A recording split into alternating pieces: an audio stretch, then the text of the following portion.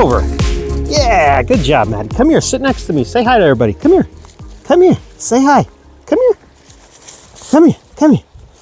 Oh boy, Mommy's gonna be mad at you. You got in the mud, didn't you? Okay, I won't tell her. Don't worry. All right, so hope everybody's doing okay. I'm near my creek. I love when this creek runs. I really do. It just really rained last night. Like, I didn't think it could rain that hard. So all of this is just runoff from the mountain. And this creek does flow year round, but it's a trickle. So there's a shelf of water down there, but when it rains, it comes out quick like this. This is the escape route for it, and then it links up with the rivers around us. But anyway, I got something going on over there. I'm gonna bring you over. Let's go. Come on, Maddie, let's show everybody the way. Our culverts are still doing their job. There's one here, and then there's a rock bridge over there. If you haven't seen that episode, I recommend you do. Just go to our channel and look up rock bridge. I got Ricky over here. That's a clue as to what's coming, but I wanted to show you the rock bridge real quick. All right, here's the rock bridge. Now the trench, remember, I came all the way down here. I went like this, went here, way under there. I'm way under there, like by 2.5, 3 feet. And then it goes up that way behind the metal shed, and the camper and all that stuff shed is over there. So I did have to backfill and then redefine this stuff, but all I did was find the rock of the rock bridge, and it's flowing through there just fine now. So I think this is over 2 years now. We haven't had a problem. So my suspicion was correct about the clay soil. And I mean, I've driven where Maddie is right there. I've driven Tyler's excavator over that, my skid steer countless times, and this thing is held up just fine. So if you have the urge to make a culvert and you have an abundance of rocks like me with clay soil, feel free to try making a rock bridge. They'll last forever, and you don't have to buy that plastic garbage. Overpriced plastic garbage, needless to say. Okay, let's go over here, guys.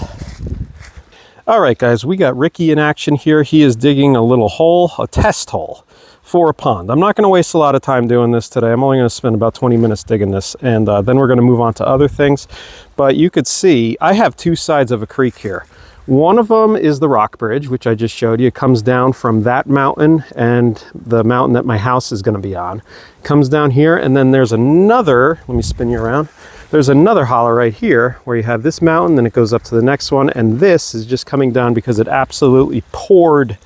Like, I didn't think it could rain that hard. It really rained last night. So all this stuff is coming down, and it kind of gets to here and just doesn't know what to do, but it does link up with the creek that I was at earlier.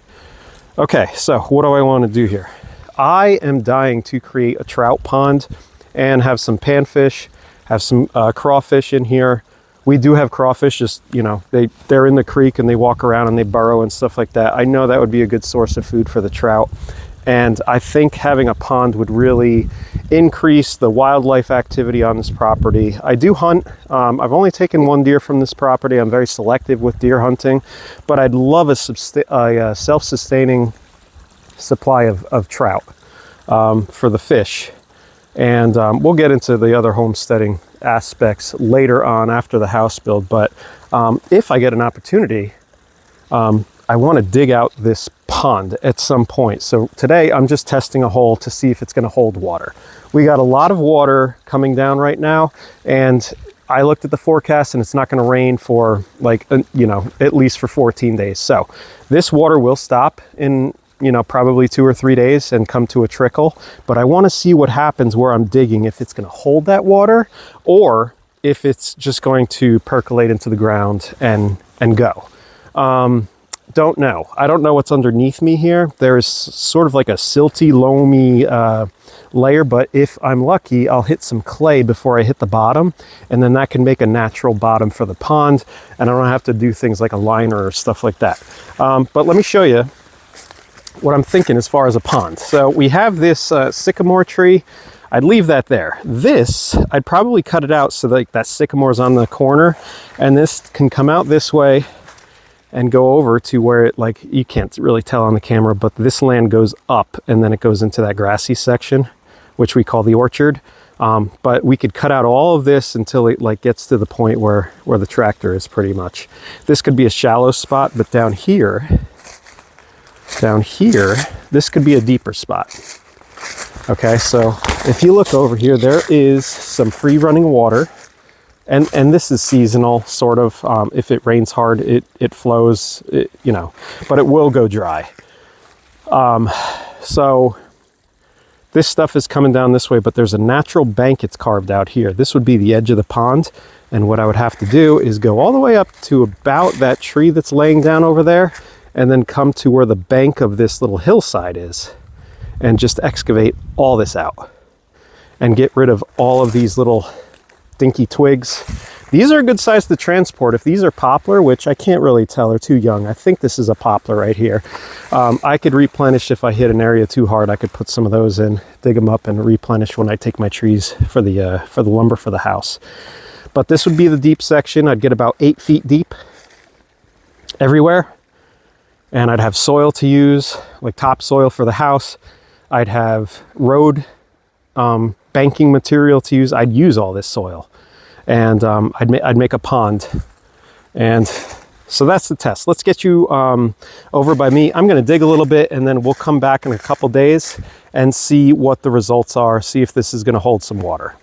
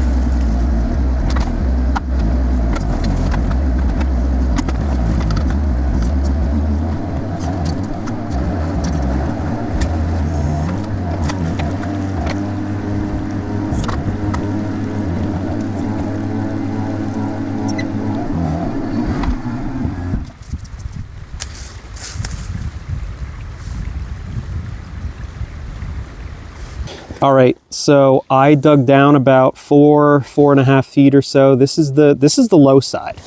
Over there's a lot more dirt. Like there's probably 2 more feet of dirt above me. So I broke the wall right there and it's filling and going around that way now, but I do plan on filling this back in. I think I'm gonna throw down a pallet right here in case a little animal comes along and is not expecting that. They can at least climb out. You know, mouse, possum, matty, deer, whatever. Okay, so here's what the bottom looks like. I mostly put everything over there. That's kind of topsoily. That's got a mixture of things, including some sandstone and does have some clay, but it's got a lot of organic stuff. Over here, this is the bottom. I don't like the way it's coming up though. It's coming up crumbly. If it was all clay, I would expect it to come up in big chunks like this. Like this is super duper, like let's take a ceramics class and make some pottery clay. That stuff is super duper dense. I know clay when I see it. So the good news is, yeah, that's at the bottom and I could use all of this with the road build that I got going on right now. I don't know. My guess is this is not going to hold that water. There's just holes everywhere. Oh man, wouldn't that be cool? We're gonna come back when this calms down. I'll show you a little bit later in this episode when the creek stops flowing and this is left behind. I want to see what's left, how low it goes, and if it just drains all the way down or what we got. So all right, let's go get into something else.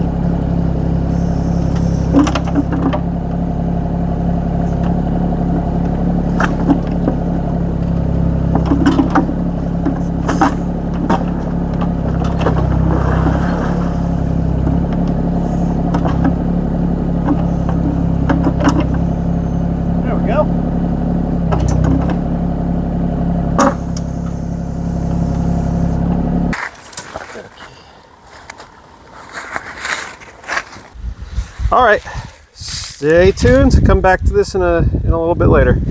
All right, today we are hunting for some more cedar. Gary, my awesome neighbor, pushed down a bunch of them where our solar panels and all that stuff are going. And there's a lot of them that are like 8-10 inches or so, probably not even. But anyway, they're this size.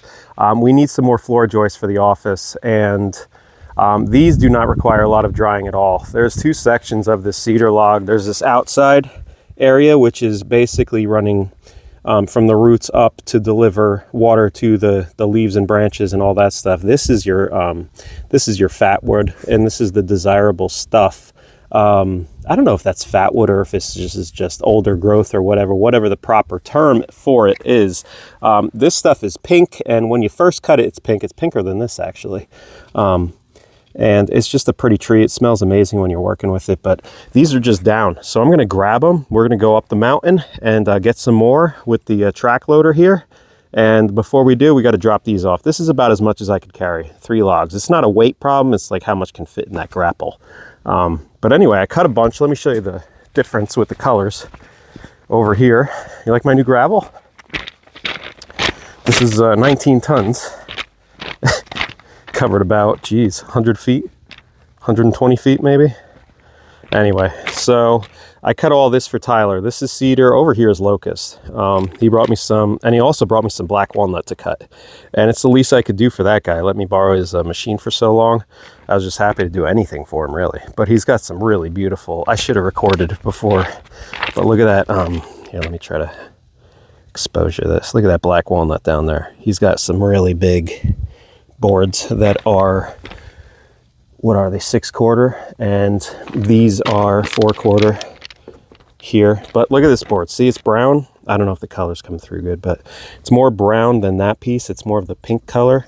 If I flip one of these over, see, I just cut these and put them up here, and we'll stack them at Tyler's in his, he's got a big barn.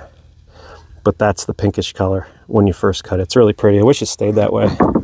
But the tan is nice too. So anyway, we're gonna have a floor out of this stuff, the subfloor. So we're gonna use all these trees. I gotta cut the rest of my floor joists and the rim joists out of this stuff, get what I can. But while I'm cutting, I'm gonna cut some 3/4 inch pieces to use as the subfloor, and then we'll do other hardwood on top of that. So looking from the root cellar, you'll see floor joists out of this stuff, and then you'll see that layer of boards, the sheathing, if you want to call it that, out of these cedar, and it'd be good for the area that it's going to be in. All right, let's get the loader. Let's bring them up there. Oh, you know, I should say something.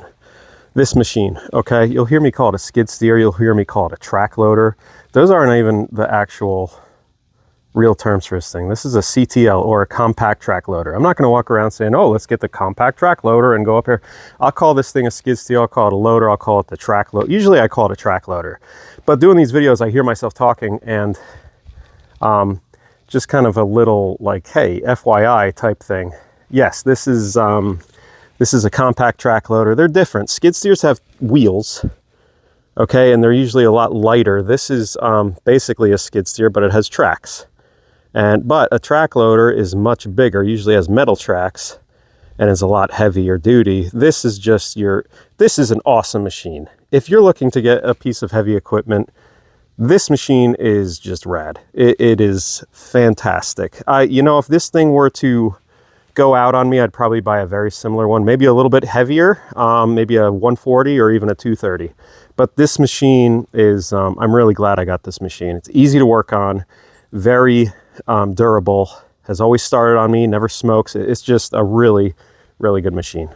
But anyway, they are CTLs, or compact track loaders. So if you want to impress your friend at the bar, call it the proper thing, or just school them on your knowledge. So anyway, let's take this thing and let's go drop off the logs, and then we're going to go up that mountain, and we're going to go get some more of these. And they're just laying on the ground. We got to get some rigging equipment so we could pull them out of the woods. All right, let's start this day. Let's do it.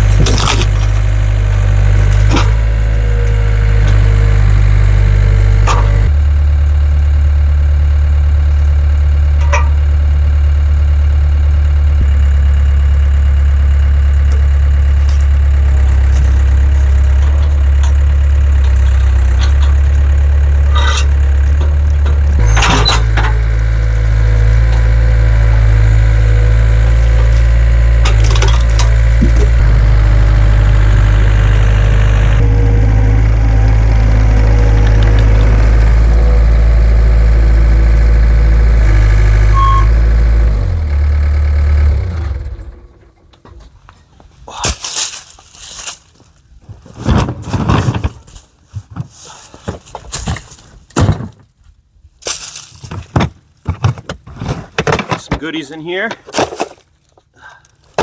Ooh, that smells. Still leaking a little. All right, got my helmet, got my chainsaw, gimbal, got this aircraft cable, or the wire cable. I want to upgrade these. I don't want to use these anymore. I want to do more snatch blocks and stuff around the property, but I don't want to use this stuff. This can whip you and kill you super quick, and I don't really want that to happen. Man, I'm gonna need some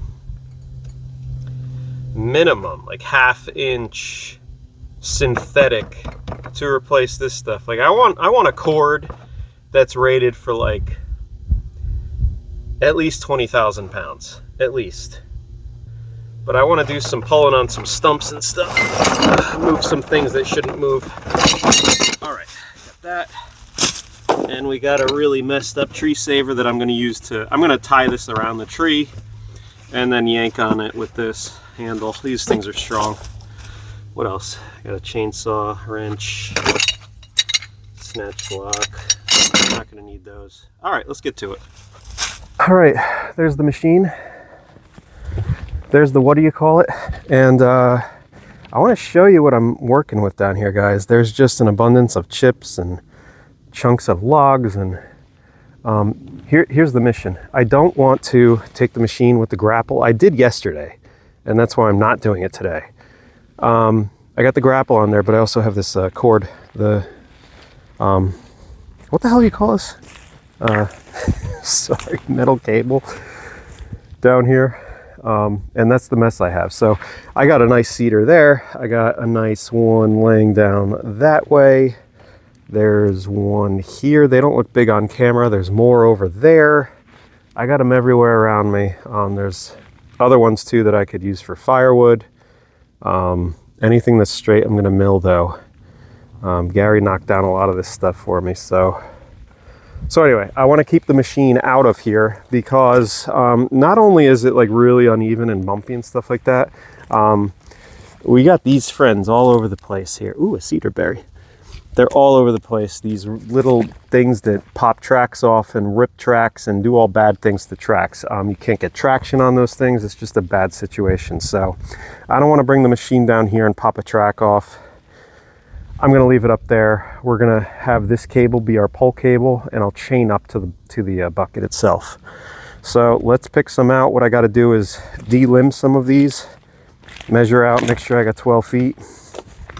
And I'm going to take whatever I can mill, but that's the mission. Try to find nice straight 12 footers like this, cut them to size, and yeah, get them out of here, try to salvage some stuff. So let's get to it. We got some work to do.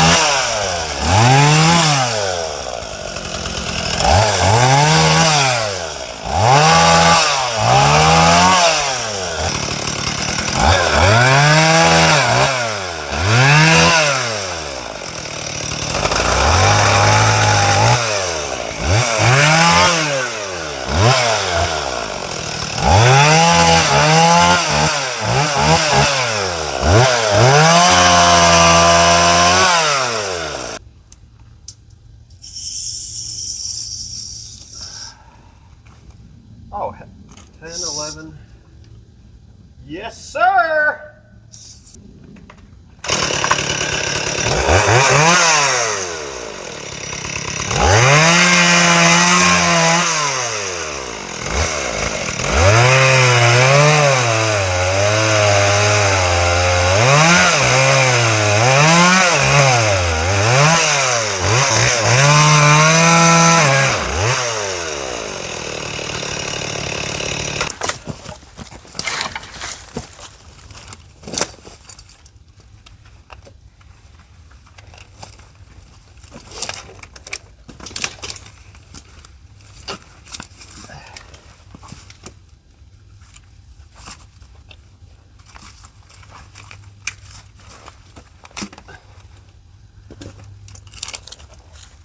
All right.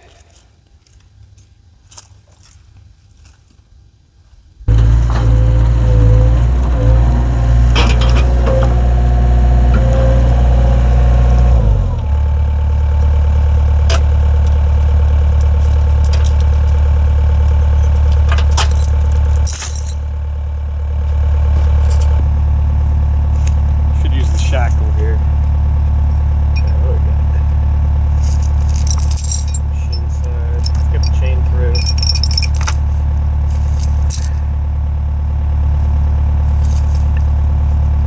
Whenever you're doing shackles, you gotta screw it in. Don't Don't do this. Don't go, ugh. You're going to be in a world of hurt when you go to loosen that thing. Go all the way and then back it off a quarter turn. Keep it loose. You'll be able to get it off easier after you put all that force on it.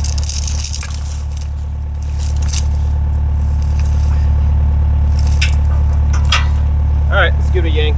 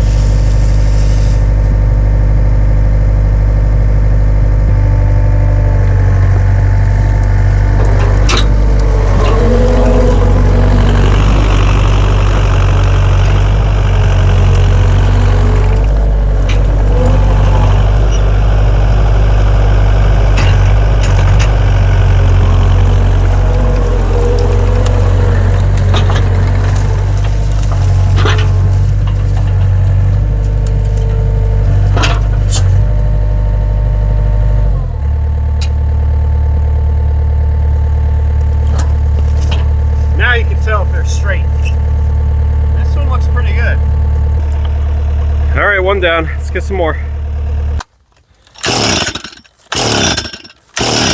What the hell's going on? Really? You need to be choked again?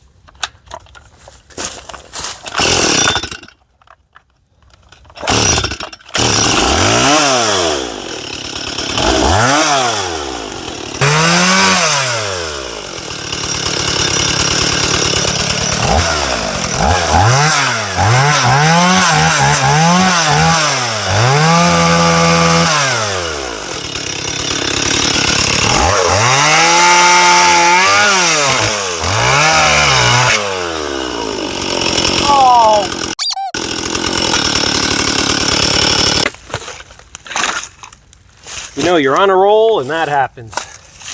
I'm sure a lot of you guys can relate to what just happened to me, right? Yeah. All right. Yeah,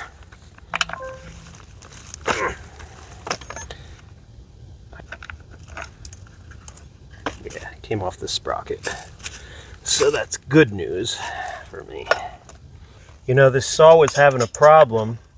The clutch inside here, one of the springs came off. That was the whole problem. Every time I stopped, like put the brake on, it would stall. You'd have to keep the blade moving. And then I was troubleshooting and opened the clutch. One of the springs was off. But now it's running good.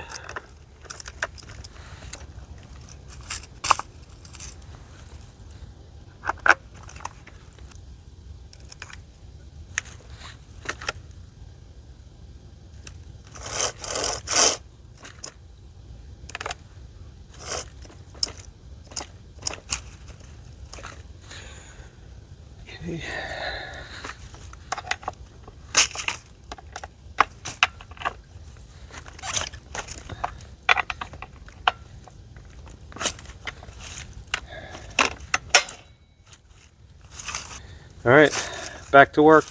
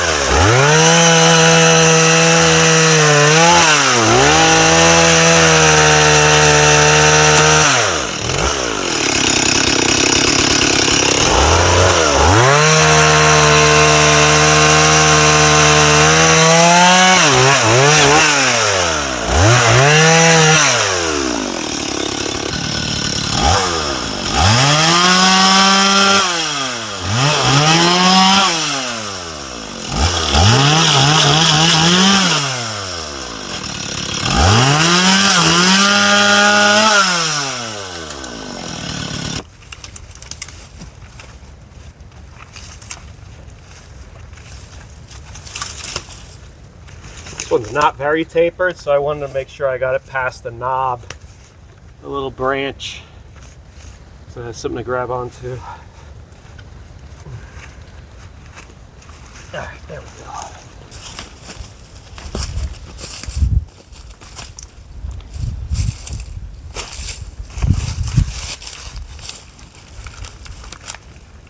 I'm going to bring you in the cab with me of the machine, and I want to show you something safety-wise, what you could do if you're using one of these cables, how to just be a little extra cautious.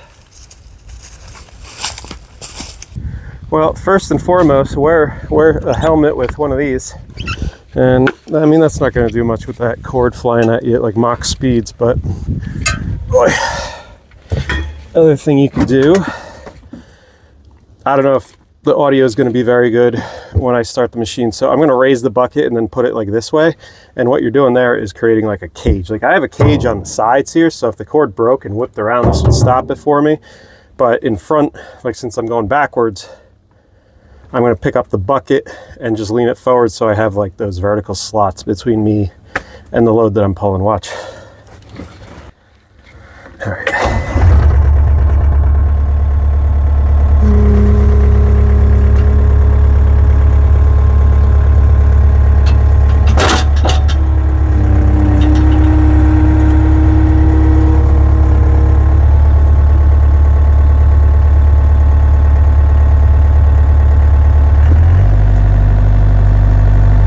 Leave it like that and don't open your grapples. See how you're like leaving open space there? Close up the grapples so you have even more interference. I mean, for me that's pretty good.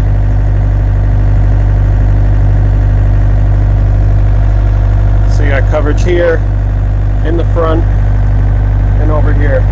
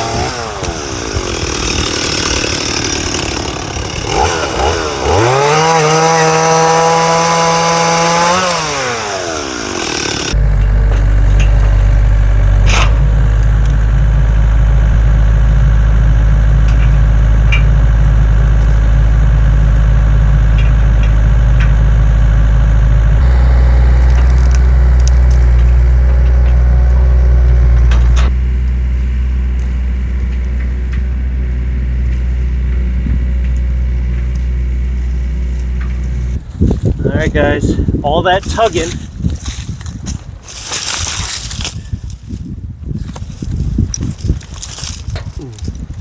All that tug, look at that.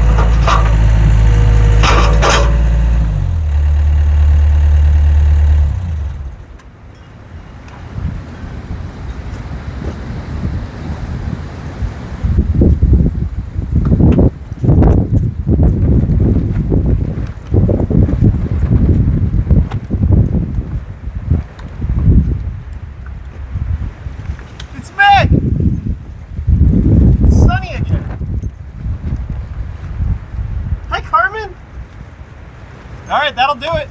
Let's mill.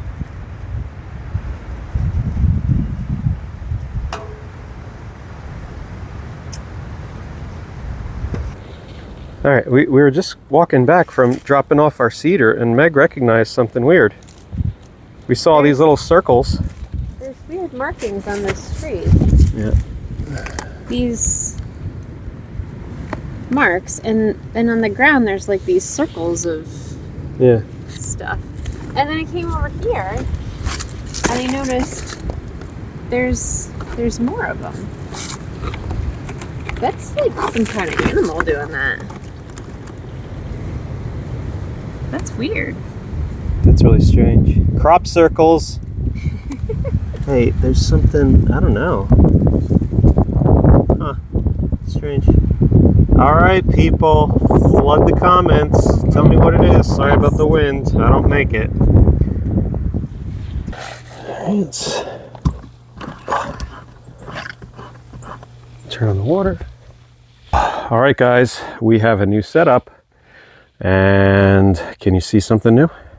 Well, I don't usually keep these here. This. All right, check it out. The new water system is going to be much better. So before I show you this, my old system was storing water in a Sunny D container. It came out of a tube and then you'd turn a ball valve to let it out. And then down there at the bottom, right at the blade, there'd be a little copper tube just dripping on the blade.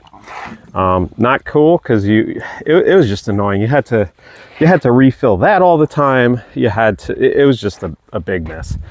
So I have, now this is temporary, super ghetto, just temporary.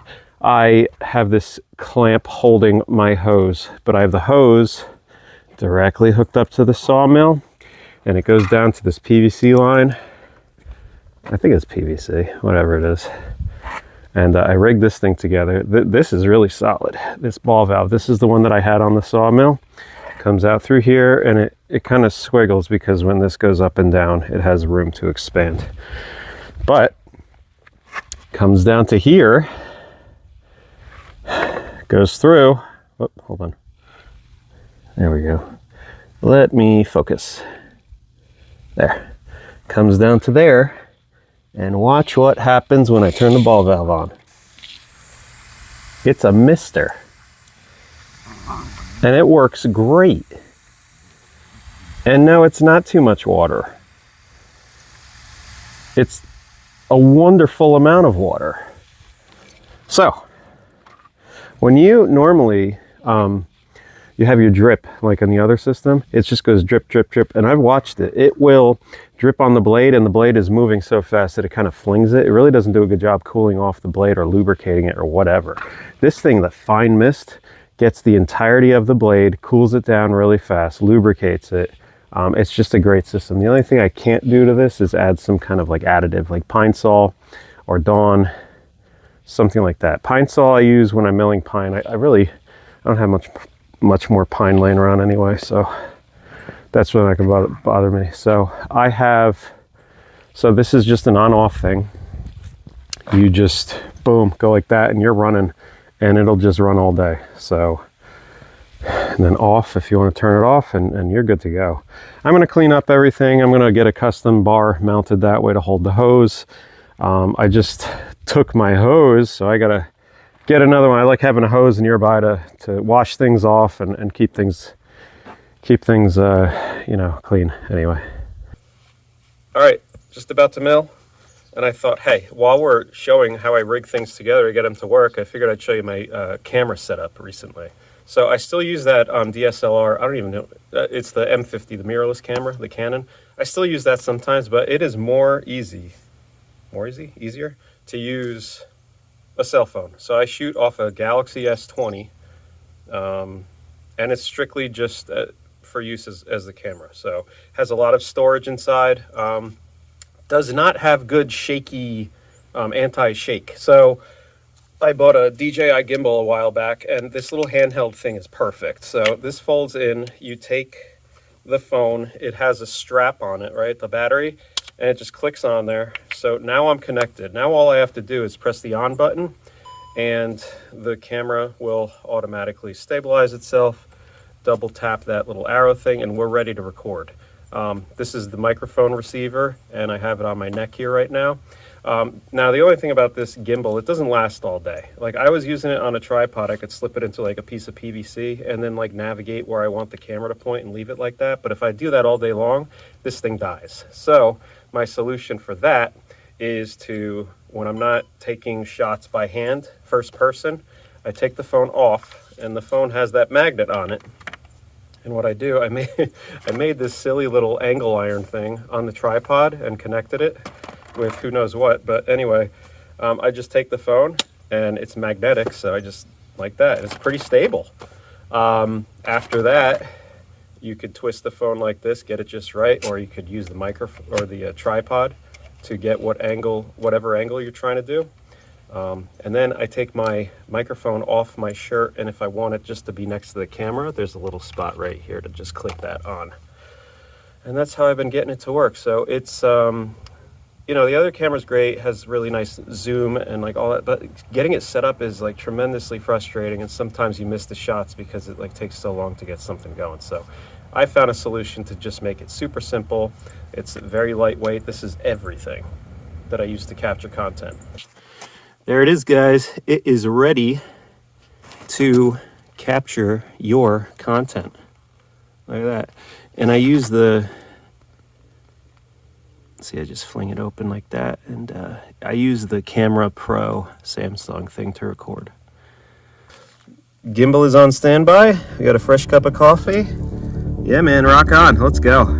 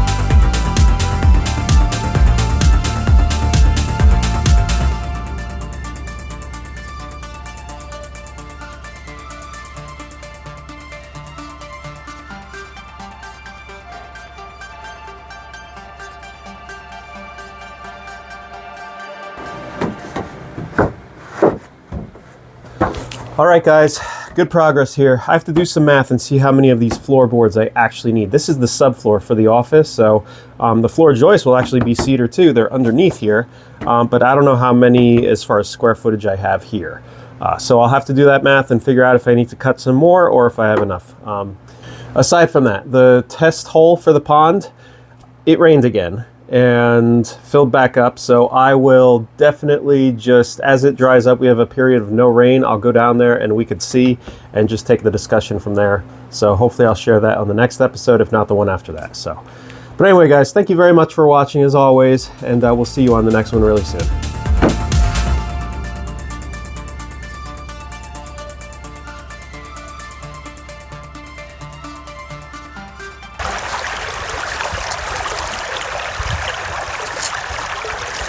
Oh, thank you. Thank you, Maddie.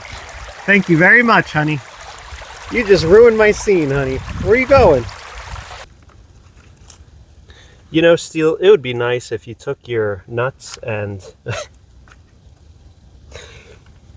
these nuts and